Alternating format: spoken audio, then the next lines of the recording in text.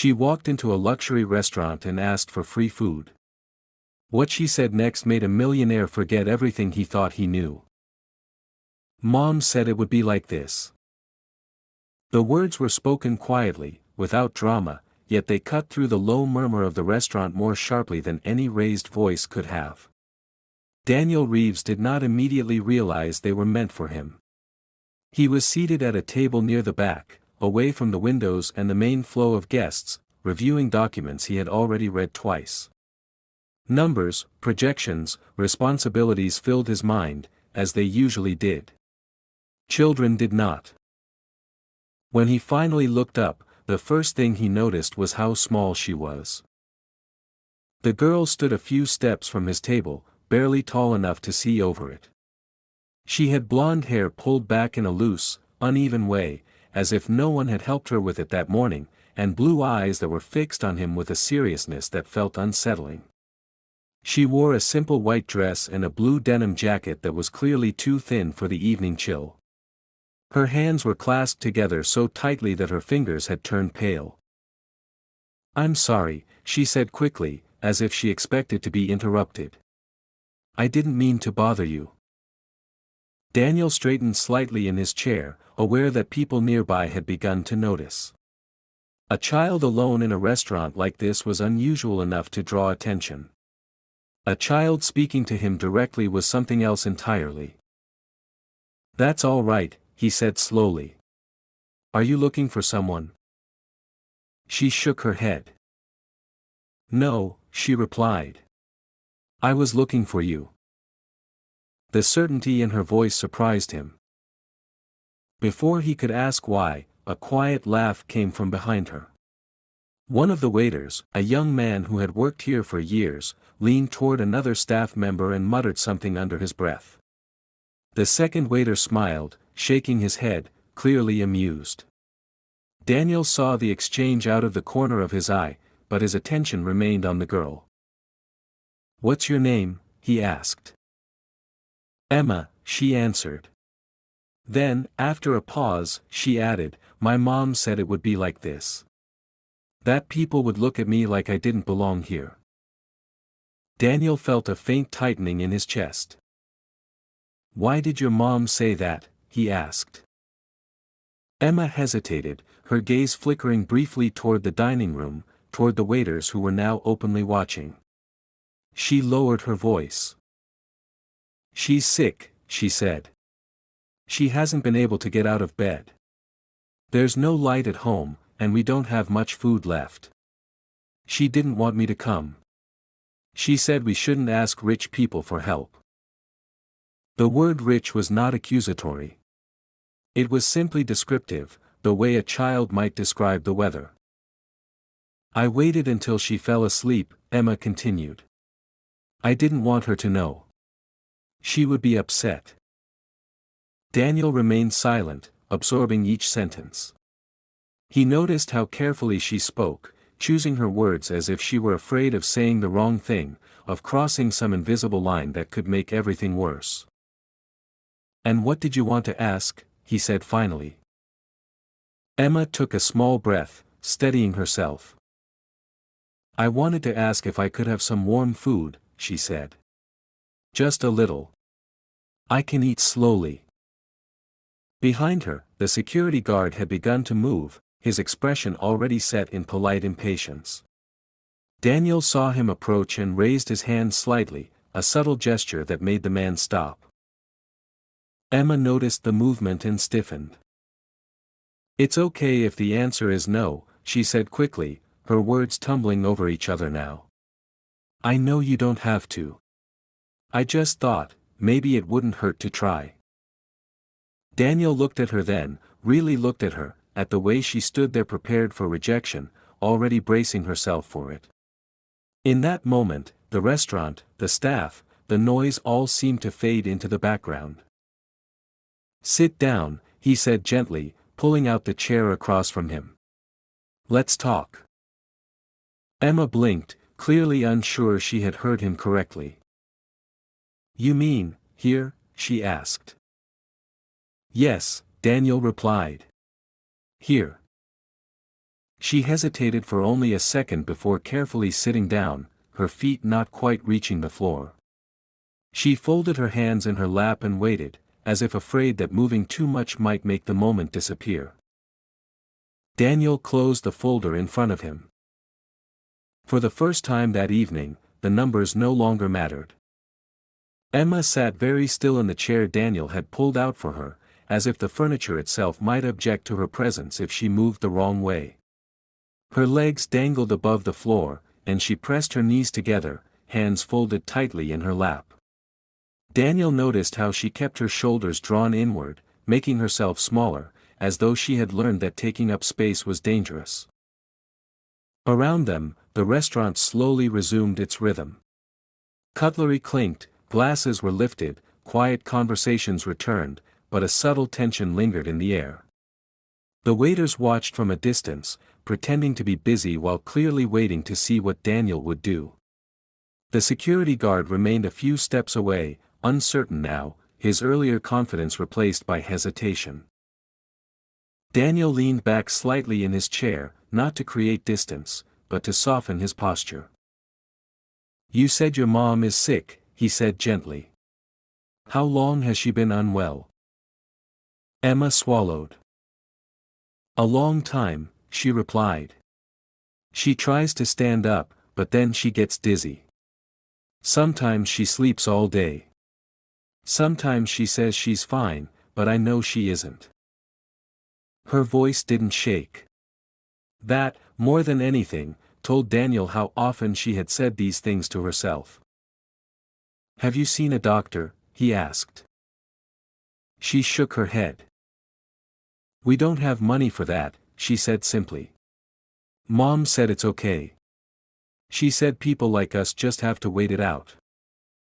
Daniel frowned slightly, not at her, but at the quiet acceptance in her tone. "And the electricity?" he asked. "You said there's no light at home." "It was turned off," Emma said. "The man came and put a sticker on the door. Mom tried to talk to him, but he didn't listen." She paused, then added in a softer voice, "It gets very dark at night." Daniel glanced briefly toward the windows of the restaurant, glowing with warm light, and felt a sharp contrast settle in his chest. One of the waiters approached cautiously, holding a notepad. "Sir," he said, lowering his voice, "should I?" Daniel didn't let him finish. "Bring soup," he said. "Something hot. And bread. And tea." The waiter hesitated. "For the child?" he asked. "Yes," Daniel replied calmly. "For the child." The waiter nodded and hurried away, his expression no longer amused. Emma looked up at Daniel, eyes wide. "You don't have to do that," she said quickly. "I was just asking. Even a little would be enough." Daniel met her gaze. "I know I don't have to," he said. "I want to." That distinction seemed to confuse her. She studied his face carefully, as if trying to understand a language she had never been taught. "Mom said people usually help only when they have to," she said. "Your mom is wrong," Daniel replied gently. "Some people help because they choose to." The food arrived soon after. The smell of warm soup reached Emma before the bowl was set down in front of her, and her body reacted before her mind could stop it. Her fingers twitched slightly, then stilled again as she forced herself to wait. "You can eat," Daniel said. "It's for you." She picked up the spoon with careful hands and took a small sip. Her eyes closed for just a second, a quiet, involuntary response, before she caught herself and straightened again. "It's really warm," she said softly. Daniel watched as she ate slowly, just as she had promised, pausing between each bite as if trying to make the moment last. There was no greed in her movements, only caution, and something about that made the scene unbearably heavy. "Why did you come here?" Daniel asked after a while. There are other places. Emma looked up at him. My mom used to clean offices, she said. She said this restaurant belonged to someone important. She said important people can be scary, but sometimes they can change things. Daniel felt the weight of that land squarely on him. And you believed her? He asked. Emma nodded. She said if I ever had to choose between being quiet and being brave, I should try being brave once. She took another careful bite of soup. So I did. Daniel looked at the child in front of him, sitting alone in a restaurant she didn't belong in, carrying a responsibility no 6-year-old should ever have to carry. He realized then that this was not just a request for food. It was a test of whether the world would answer when a child finally spoke up. Emma sat perfectly still in the chair, her back straight, her hands folded in her lap as if she were afraid that any sudden movement might undo the fragile permission she had just been given. The chair was too big for her, the table too high, and yet she tried to make herself smaller still, almost invisible. Daniel noticed it immediately, the way she took up as little space as possible, and something about that quiet discipline unsettled him. A waiter approached, clearly confused, glancing between Daniel and the girl. Sir, he asked, his tone cautious. Daniel didn't look away from Emma. Bring her something warm, he said calmly. Soup first. And bread. Fresh. The waiter hesitated for half a second, then nodded and walked away without another word. Emma watched the exchange closely, her eyes wide. You don't have to do that, she said quickly. I only wanted a little. I know, Daniel replied. But you shouldn't have to measure hunger. She seemed puzzled by the phrase, as if she had never considered that hunger could be anything other than something to manage carefully. They sat in silence for a moment. Around them, the restaurant slowly returned to its usual rhythm, though a few curious glances still drifted their way. Emma kept her gaze low, tracing the edge of the table with her eyes. Did you walk here? Daniel asked gently. Yes, she said. It's not very far if you don't stop. Did anyone see you leave? She shook her head. Mom was sleeping. She gets tired very fast now. Daniel felt the weight behind the simple words. How long has she been sick? He asked. Emma shrugged slightly. A while. She says it will pass, but she also says a lot of things so I won't worry. That answer carried a quiet maturity that no child should have to develop. When the soup arrived, the steam rose gently between them. Emma stared at it for a moment, almost reverently, before lifting the spoon with careful hands. She tasted it slowly, then paused. It's really warm, she said, as if surprised. Daniel nodded. You can take your time. She did. Every bite was small, deliberate, followed by a brief pause, as though she were counting them in her head. After a few minutes, she looked up at him. Is it okay if I save some for Mom? She asked. She hasn't eaten since yesterday. The question landed heavily. Yes, Daniel said without hesitation. We'll pack some to take with you. Enough for both of you. Emma's eyes filled with tears she didn't let fall. She blinked hard and nodded. Thank you, she said softly. She was right. Who? Daniel asked. My mom, Emma replied. She said people would laugh at me. Or tell me to go away. Or call someone to take me home. Daniel remembered the waiter's smiles, the guard's movement, the way Emma had stiffened at the slightest sign of rejection. And what else did she say? He asked. Emma thought for a moment. She said that if someone didn't turn me away, it would mean they were very lonely too. Or very kind? Daniel leaned back slightly, surprised. And which do you think I am? He asked. Emma studied him carefully, not answering right away. Then she said, I think you're someone who listens. The simplicity of the statement caught him off guard. As she continued eating, Daniel found himself watching her instead of the room. The way she checked the door occasionally, the way she flinched when a voice grew too loud nearby, the way relief and fear seemed to exist side by side in her every movement. This was not a child asking for charity. This was a child carrying a responsibility she had never chosen. When she finished, she pushed the bowl away gently. That's enough, she said. I should go back before Mom wakes up. Daniel didn't respond immediately. He looked at her small hands, at the jacket still zipped tight around her thin frame, at the seriousness that had not left her eyes even now. Emma, he said carefully, would you let me come with you? She froze. To your home, he added quickly. Just to make sure your mom is all right. Emma's first instinct was fear. He saw it immediately. I don't want to take you away, he said. I just want to help. She searched his face again, the way she had when she first approached him, measuring, deciding. After a long pause, she nodded. Okay, she said. But please don't tell her I begged. Daniel felt something tighten in his chest.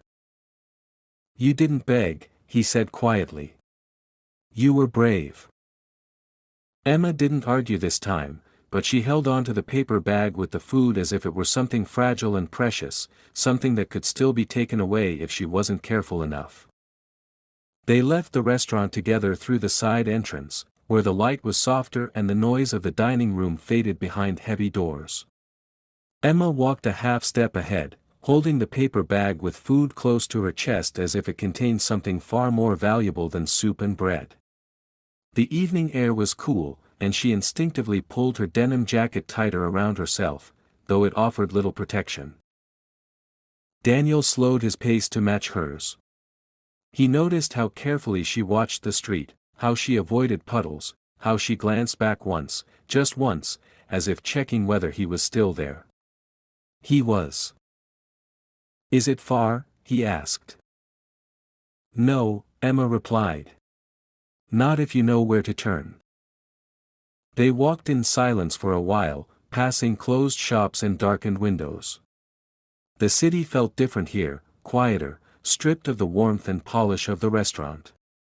Streetlights flickered, and the sidewalks were uneven, cracked in places where no one had bothered to fix them. Does your mom know where you went? Daniel asked gently. Emma shook her head. She would be mad, she said. Not at me. At herself. That answer carried more truth than explanation.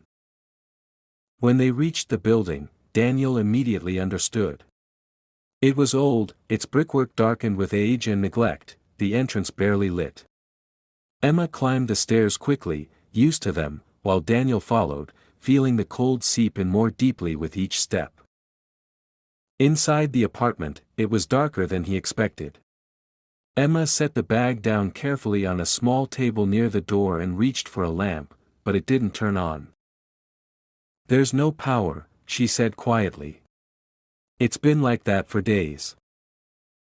The air smelled faintly of dust and something stale, and Daniel's chest tightened as his eyes adjusted.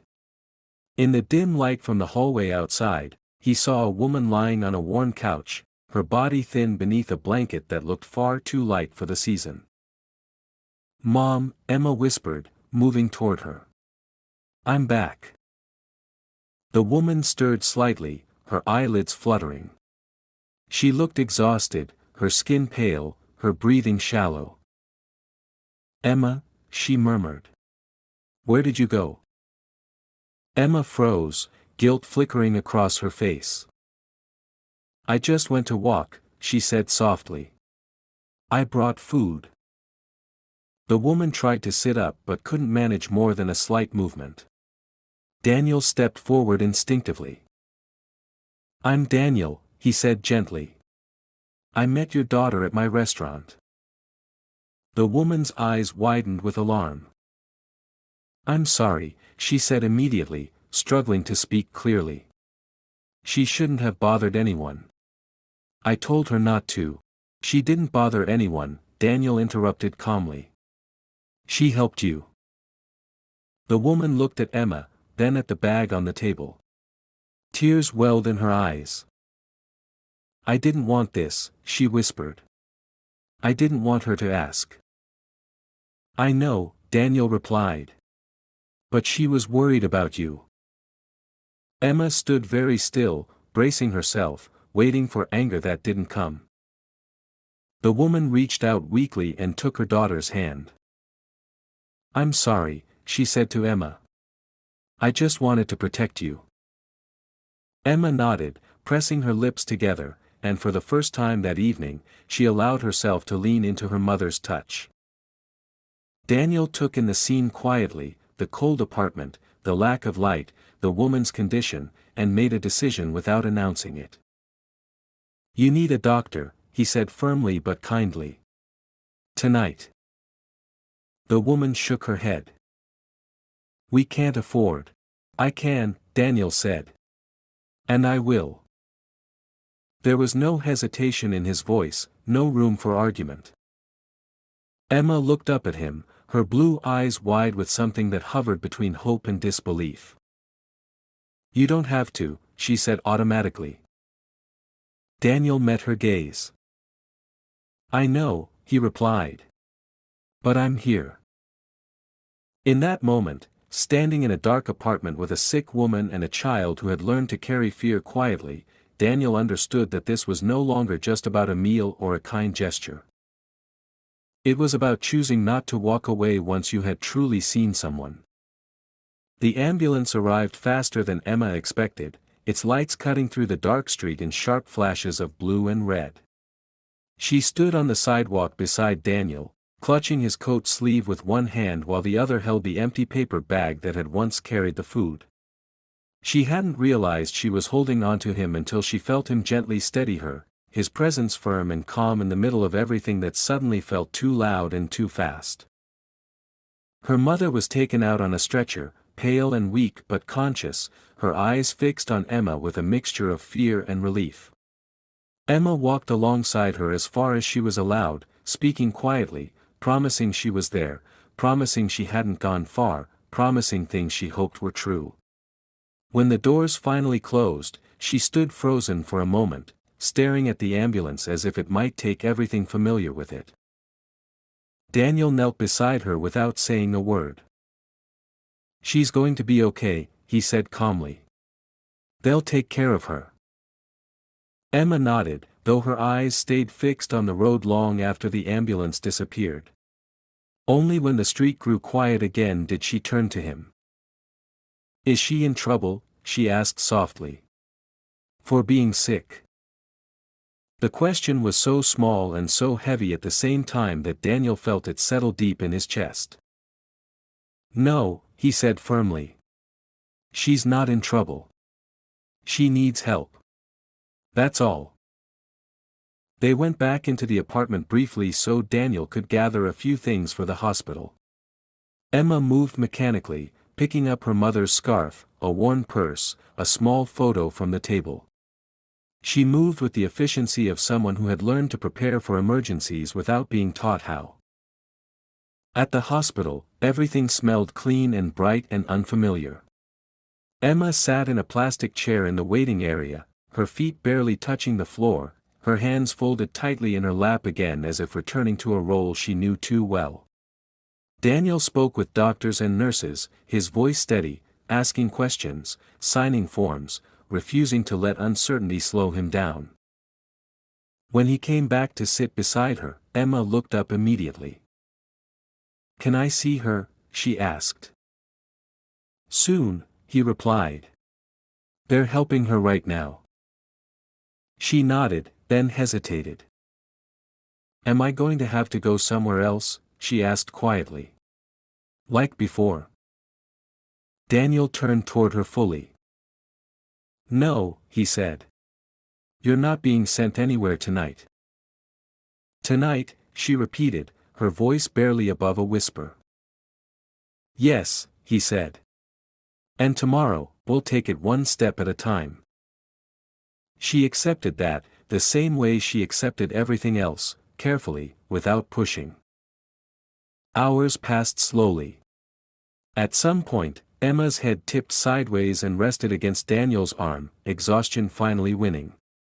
He didn't move.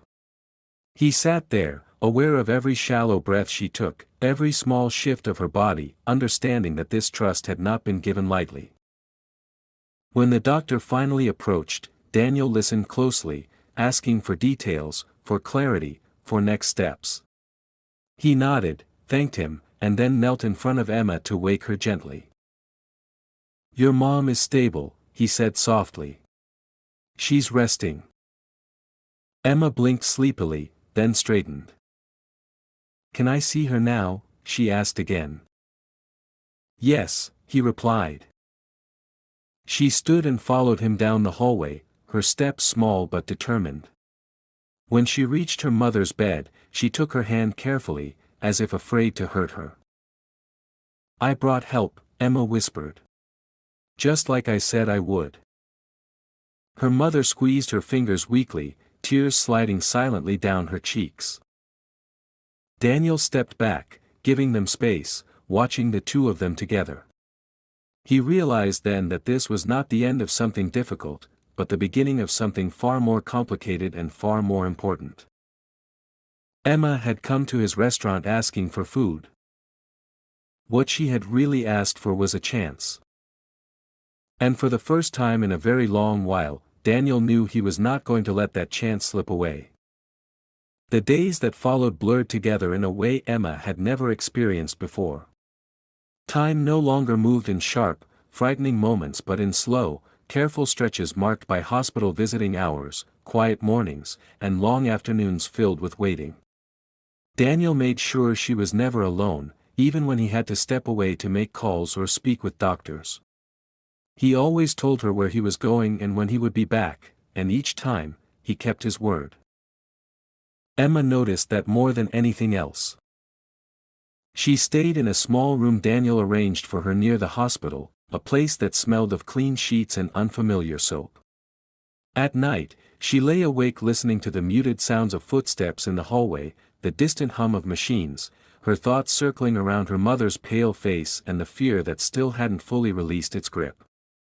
Sometimes Daniel would sit in a chair by the window, working quietly, and she would fall asleep just knowing he was there.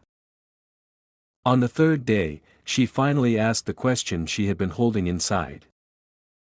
Are you doing this because you feel sorry for us? She said, her voice careful, almost rehearsed. Daniel looked up from his laptop and took a moment before answering. No, he said honestly. I'm doing this because you knocked. And because I listened. Emma considered that, her legs swinging slightly off the edge of the bed. Most people don't listen, she said. I know, Daniel replied. Her mother, Sarah, was improving slowly. The doctors explained things in words Emma didn't fully understand, but she understood enough to know that her mother would not be sent home right away and that help was finally coming instead of being pushed away. When Emma visited her, she talked softly about ordinary things, about the restaurant, about the soup, about how Daniel didn't mind when she asked questions. Sarah listened, her eyes often filling with quiet tears. I didn't want you to learn how to beg, she said weakly one afternoon. Emma shook her head. I didn't beg, she replied. I asked. Daniel heard that from the doorway and felt something settle firmly inside him. Paperwork followed, more than Emma realized at first. Daniel spoke with social workers, hospital administrators, and people who used careful voices when they talked about responsibility and temporary arrangements. Emma sat nearby during those conversations, pretending to draw, her ears sharp to every change in tone. One evening, after a long meeting, she looked up at Daniel. "Are they going to take me away from Mom?" she asked. Daniel knelt in front of her, making sure she could see his face clearly. "No," he said. "Not without a plan. And not without me knowing." She nodded, absorbing the words. "Will you tell me if something changes?" she asked. "Yes," he replied immediately. "You won't be surprised." That seemed to matter more to her than any promise of forever. As the days passed, Emma began to change in small but noticeable ways. She spoke a little louder. She laughed once, then froze, glancing at Daniel as if checking whether she was allowed to be happy. When he smiled back, she laughed again, longer this time, surprised by the sound of it. One afternoon, while sitting in the hospital cafeteria, she looked up at him suddenly. "You know," she said, "Mom was wrong about one thing." "What's that?" Daniel asked. "She said rich people don't like being asked," Emma replied. "But you didn't get mad."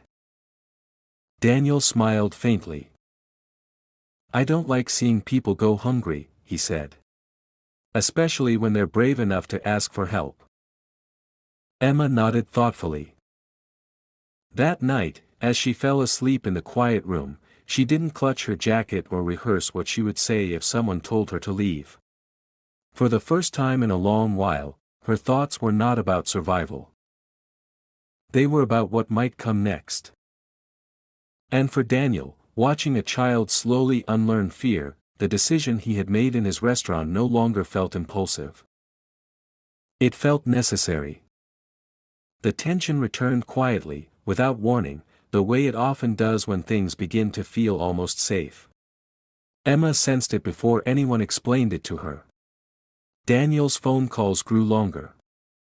His voice dropped lower when he spoke. He began stepping out into hallways to talk, closing doors gently behind him. No one raised their voice, no one said anything frightening out loud, but the air itself felt different. Emma waited until evening to ask. They were sitting in the small hospital garden, the lights dim and warm, the air cool but not cold. She swung her legs slowly from the bench, watching Daniel's face instead of the trees. "Is something changing?" she asked. Daniel didn't pretend not to understand. "There are questions," he said carefully. "From people whose job it is to ask them." "About me?" she asked. "Yes," he replied. "And about your mom. And about what happens next." Emma nodded, absorbing that with a seriousness that made her seem older than she was. She picked at a loose thread on her jacket, then stopped herself. "Are they saying we did something wrong?" she asked. "No," Daniel said immediately. "No one did anything wrong. But they don't like when things don't fit in boxes," Emma said quietly. "My mom said that once." Daniel looked at her, surprised. "She was right," he said.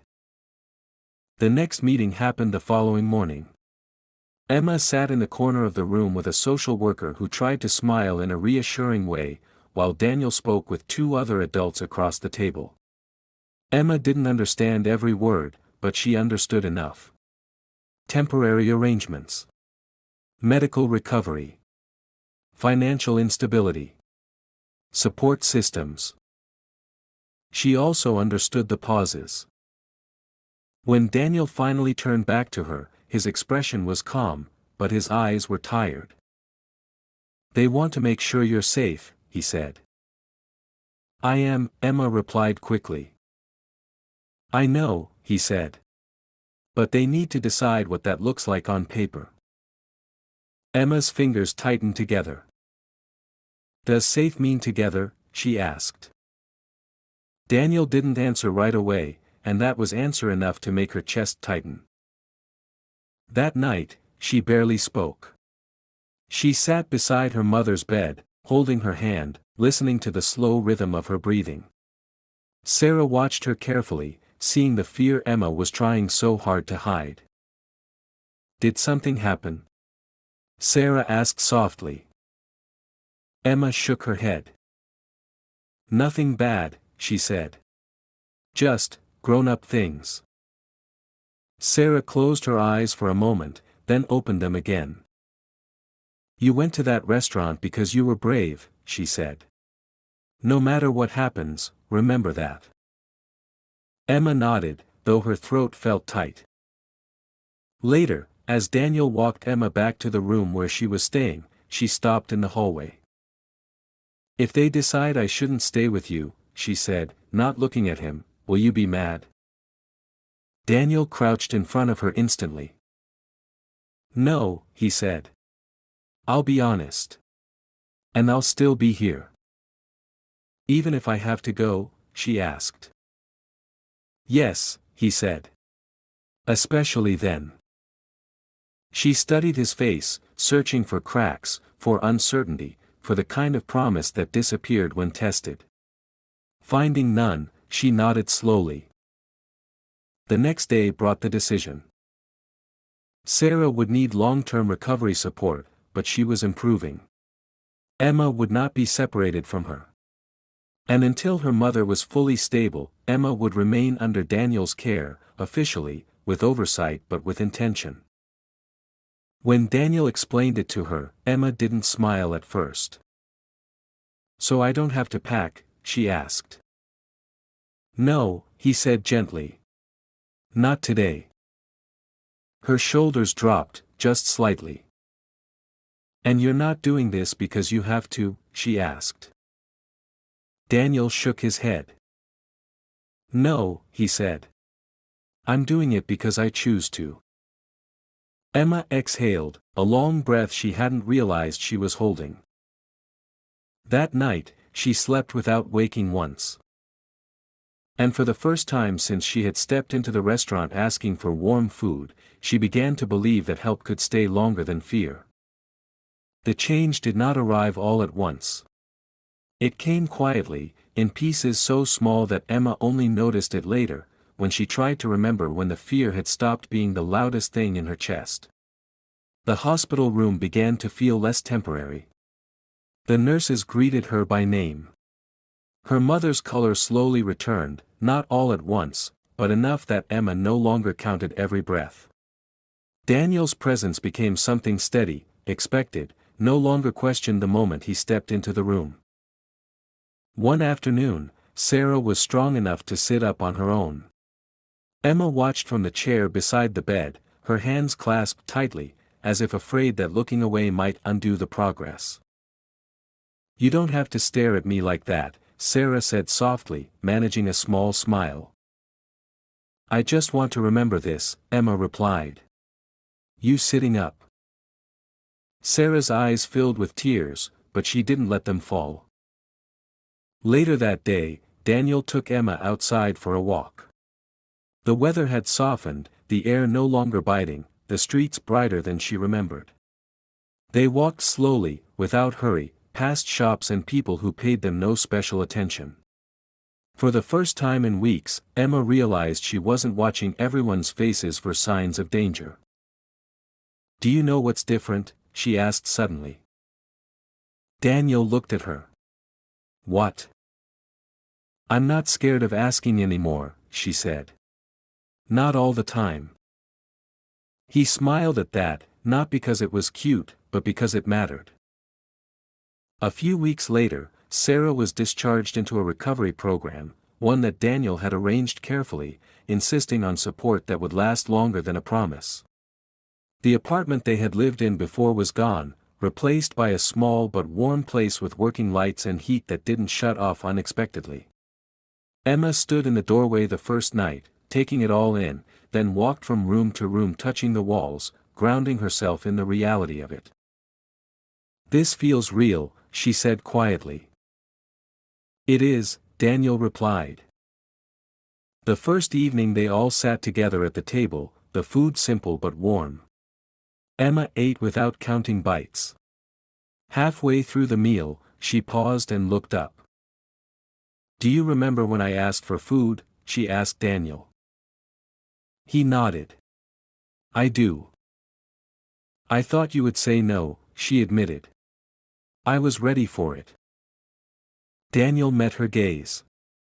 "And you still asked?" Emma smiled, small but certain. "I think that's why things changed," she said. Time moved forward after that, no longer trapped in waiting rooms and hospital halls. Emma started school again. Sarah regained her strength slowly, with help she no longer felt ashamed to accept. Daniel remained present, not as a rescuer passing through, but as someone who had chosen to stay part of their lives. One evening, months later, Emma sat beside Daniel on a bench outside the restaurant. It was closed for the night, the lights inside dim but warm. She looked at the door for a long moment. "I didn't know that one question could do all this," she said. Daniel thought about it. "It wasn't just the question," he replied. "It was the courage behind it." Emma leaned back, looking up at the sky. "Mom says sometimes people come into your life to show you what's possible," she said. "I think that's what you did." Daniel didn't answer right away. He watched her, this child who had walked into his restaurant hungry and left with something far more dangerous than food, hope. And he realized that she had changed him just as much. Because sometimes the smallest voice asking for warmth is the one that reminds you what being human actually means.